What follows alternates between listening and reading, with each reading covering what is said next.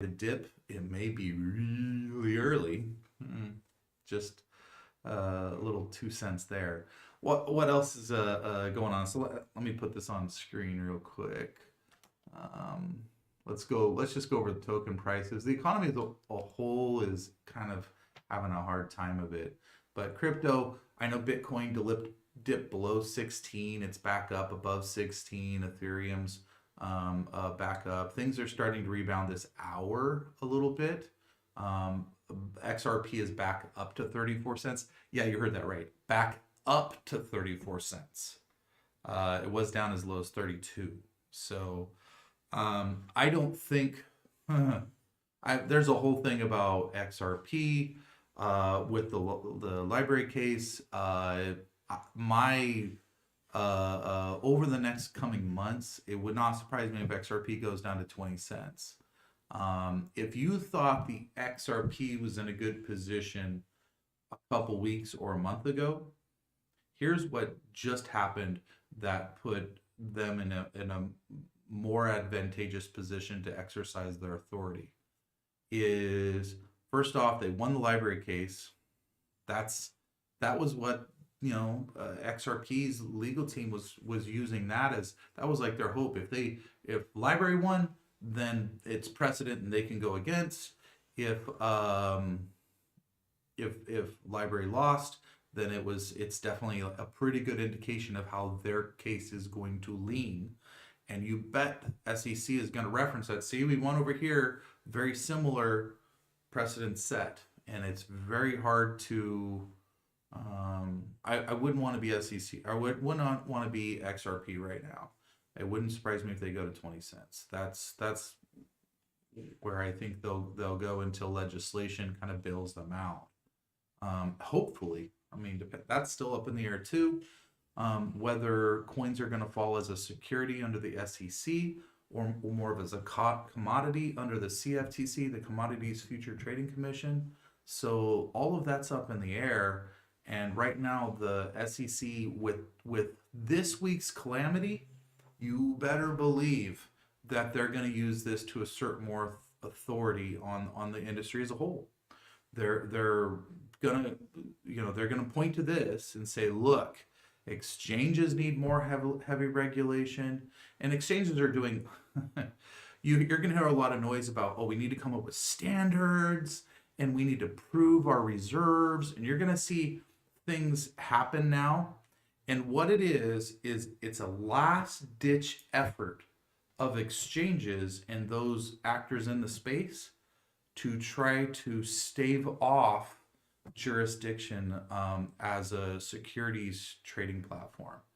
And it's a little too late. They should have had the standard set higher so that stuff of this couldn't happen, right? If you had to prove your holdings and your books and your reserves, FTX couldn't get away with what they did, which was over leverage themselves and leaves themselves vulnerable for a run and a collapse. And so yeah, it's like a day late and a dime short. Yeah, you're right. You guys should have been operating in a higher standard. You weren't. This stuff's happening. And now the players that are left in the field after the ashes of FTX, they're going to be working really hard to try to maintain their operating position without really overbearing regulation, because I think it's going to come down really hard on crypto, because between Terra Luna multi-billion-dollar, $40-50 billion collapse, FTX's collapse that's happening right now, they're going to bankruptcy. In case you don't know what's going on, FTX is on the fast track to bankruptcy. The U.S. exchange separate, right? But that's small potatoes. It does like 100 million in volume, whereas the other one was doing like 3 billion. So they're not even, the 800-pound gorilla was the second or third largest exchange in the world for crypto, is going belly up. And they were the poster boy for saving the industry and buying up like Voyager and all these. They were the kind of the white knight. and it's revealed that they were, let's say that they were being selfish, which is fine. I have no problem with that. Maybe the reason why they were trying to save other crypto is because they knew that they were exposed themselves. If they don't stop the dominoes from falling, they're somewhere in that chain, right? So they're like, hey, we're gonna make everyone on the surface, and then Binance, whether it was on purpose or whether it was by accident or just coincidence, some people think it was like, I suggested in Telegram, maybe it was a 200 IQ move to snuff out a competitor, but they said that they're liquidating the holdings. And then, like a snowball building steam, I mean, not a small amount either, like $500 million of FTT tokens. And that was enough to get the momentum going. And things in crypto become a self-fulfilling prophecy, right? So whether the implosion was going to happen or not, by saying they were going to do that, whether it was going to happen or they caused it to happen, it happened, right? So here we are. FTT token is, well, let's see. For those of you guys on Rumble, you can see this. It's having, okay, so not everyone's very intelligent. People don't read the news sometimes. They're just looking at the token moving in price. They don't understand what's going on behind the scenes, whether it's just like with people sitting on the sidelines of crypto, they can't figure out whether it's a fad or it's here to stay. Some people are buying back, they're buying the dip, which I applaud. That's a great strategy in general, buy the dip. But the question is the company behind the token, is the blockchain, is it healthy and successful? Because I gotta say, the on the books, as a security, really FTT tokens like a security for me. It's not very healthy. There's more people that are gonna. I'm sure whoever's holding on to it and that's about to liquidate when the staking pulls out, and I know there's tons. They're going to be so happy to see people buying the dip, raising that price for them to get as much cash out as they can. Better believe people that are in the know they're going to be cashing the heck out. Probably, maybe not, but probably. Here's your innocent bystander. Solana 1476 down 38%. FTT just in the last 24 hours is down 57%. Which I know crypto has volatility. Sometimes it's on emotion. Sometimes it's on things that are not real. This is on real stuff. They've opened up their books. Binance was going to save them pending what they call DD, due diligence. So what Binance did is they got the same people that maybe started the snowball going off the cliff or whatever.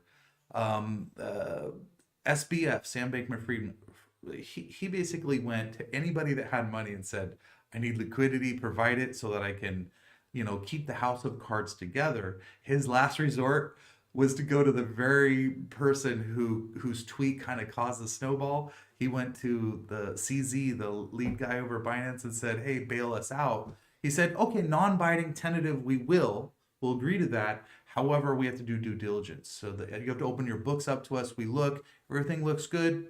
We're in. We'll bail you out. Well, books got opened up, looked in, and said, "Holy, it's worse than we thought." Right? Said, "Oh my gosh, it doesn't look very good." Closed the books and said, "Hey, we're gonna go ahead and dip on this. It's been nice knowing you. Thanks for playing."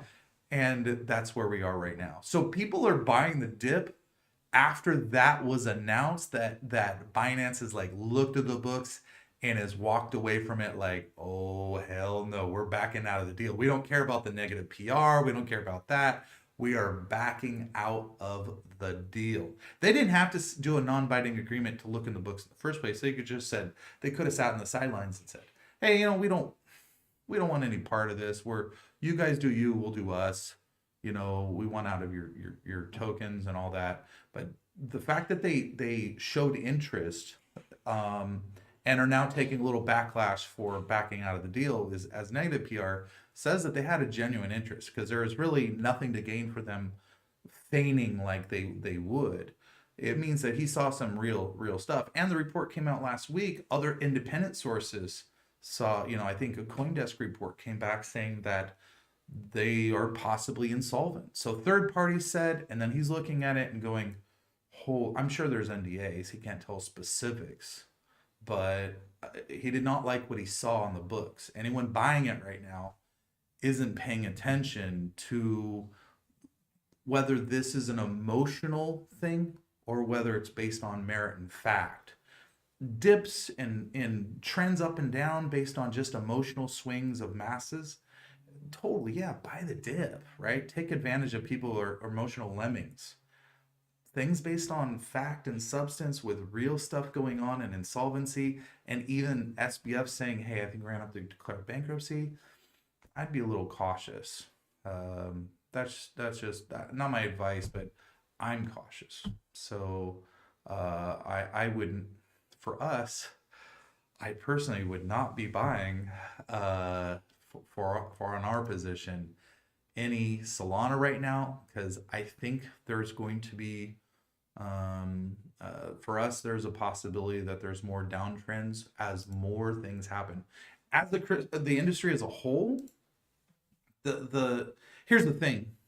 If you look at the graphs, you go to CoinMarketCap and you look at the graphs, you'll see that a lot of them are very similar. Sometimes they have the same little peaks and valleys. It's because of the way liquidity pools work. Everything is paired, right? Because things are naturally paired all to each other very incestually, you see things have similar trend lines, similar graphs, similar movements. Sometimes there's things that buck if there's specific things like Dogecoin with shooting up higher than everybody else, or things collapsing based on very specifics. But the industry, either, they all act as sails to each other, they all act as anchors, and that tends to be the way it works. And so the industry of what they classify as like a contagion effect, where you remember Three Arrows Capital, Terra Luna, Vault, BlockFi, Voyager, Celsius, all these things, that all it took was a little cancer, and then it spread, and then we might see something like that with this, where you see that kind of the ripple, where it's definitely rippled into pricing. Pricing's one thing, but you could see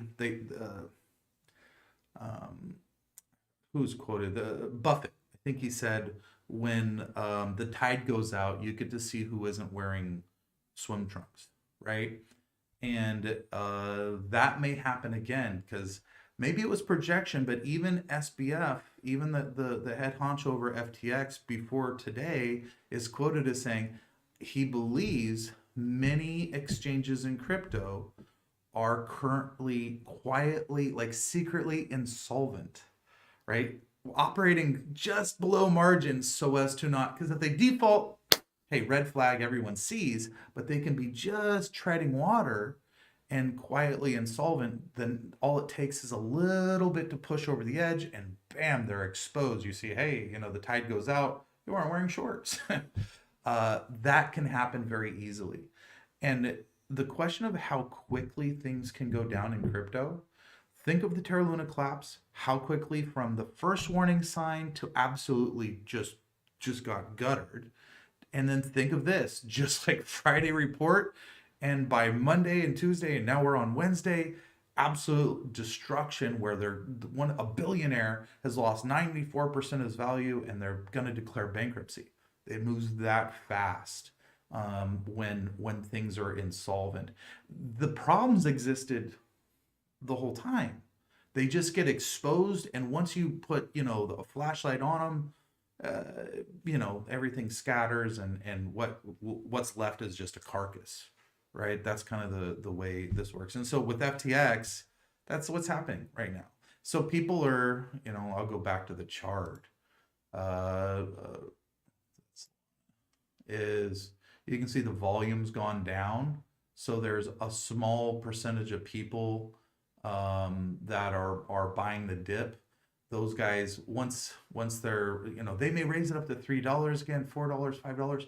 I don't know. But when the other shoe drops and those other people get out, they're going to say, thank you for raising the price for us to exit, because now we're getting a better value, and they're going to gutter it again. The second wave is coming. So it's an insolvent organization. Let's talk about XRP Monday. A lot of you guys don't know. Yeah, XRP buying the dip right now. Okay, if it's rock bottom and they buy the dip, great. However, XRP, unrelated to all of this stuff, it's just kind of in the mix, right? Industry as a whole. It had its own doomsday happen on Monday. XRP, the library case was catastrophic. That hasn't really resonated. It takes a while for people to chew on it and for it to percolate throughout, people going, oh crap, what does this mean? Well, it means that XRP has a really good chance of losing its case. It means that if it does, you could see XRP, I don't know for sure, you could see XRP start to get dumped from exchanges. And I know they'll still be on some of them, the international exchanges, this and that, but exchanges are going through a hard time right now. They don't want any more trouble. I don't want any trouble, right? You could see them get dumped, and less trading options, less visibility, less volume, driving down price. It just makes it harder for them. I know internationally they're much stronger than they are here in the US, but they count on those people having access all over the world. And just because the US, is just one country, it's still significant. It's not like it's not like, oh, it's just the US, who cares? No, it's a leader. Not so much in crypto right now, though, let's be real. But anyway, that's what's going on in crypto in general. Solana's an innocent bystander. It was kind of like in the line of fire. Crypto.com just blocked any assets from the Solana blockchain. It pretty much said, nope, the others could start. And that's how it starts to spread, because then everyone starts flooding to certain platforms and then it creates a mass exit over. It's all bad, right? So when people kind of get a chance to digest the truth of things versus the emotion of things, I think that the other foot's gonna drop, the other boot's gonna drop, as they say, on cashing out. So the other thing is certain markets start waking up. So China starts they get in the office. Oh crap, I better sell now. Get ready for that. Sometimes they come in and buy, and sometimes they come in and sell. We'll see how it's received in their markets, but it's something we're going to keep an eye on for sure. I personally, I would not want to be doing any big buys into FTX token on our behalf right now, just because I do feel it's going to go down. The company's bust. They're talking about bankruptcy. I wouldn't want to own their asset right now. That's just nature of the beast. So other than that, guys, let me bring in Angelina to do the giveaway for us. Our token's doing great. We've taken a hit like everybody in the industry, but all in all, we're doing great here. We're very happy with Anubit. If you're, if people want to invest in Anubit now, invest in Anubit now. If you want to sit on the sidelines for a little bit, sit on the sidelines. For Anubit, it's a long game. We're not worried about price. We're developing right now. We're building our value, and that's kind of a thing. Like when you're looking at FTX, you're like, okay, have they reached their peak, right? Or are they preparing for the bull run? If a company isn't preparing for the bull run, if they're not building and positioning for that smartly, then they've hit their peak. That's a bad investment, right? If a company's developing for the bull run, that's someone that's going to go up. And there are players right now in the industry. Binance right now is positioning for a bull run. The house just got a little fuller. We had some people step in. Come on in, Angelina. You can bring your banana in. Okay. I'll scoot over, or you want me to? Okay, cool. Angelina's going to do a giveaway. So, do you have a winner already? I have 3 winners. 3 winners? 3 winners? Yeah, we have 3 winners. 3 winners. So I hope you guys are ready for that. Let me switch to that for those guys. Hey, I was hungry. She's eating a banana. But check out. I'm drinking coffee from my new favorite mug. You know what? Cheers. Cheers. My look how cool it looks. It's black. It looks like this was from Harry Potter. This is Black Death. Right? Didn't they make something where they put a leaf in it or something? It's like did they? I haven't marathoned the Harry Potter series in like a long time. It's been like 5 years maybe. Do we have comments on TikTok as well? I'm sure. It's hard to look between both cameras. I know. I'm just like, If we haven't answered your comments, questions. All right, cool. Okay, so let me put on my glasses. She can't see without her glasses. Glasses make me look smarter. I wish I guess I need them now. I need reading glasses. I mean, your moral based sweater makes you look smarter.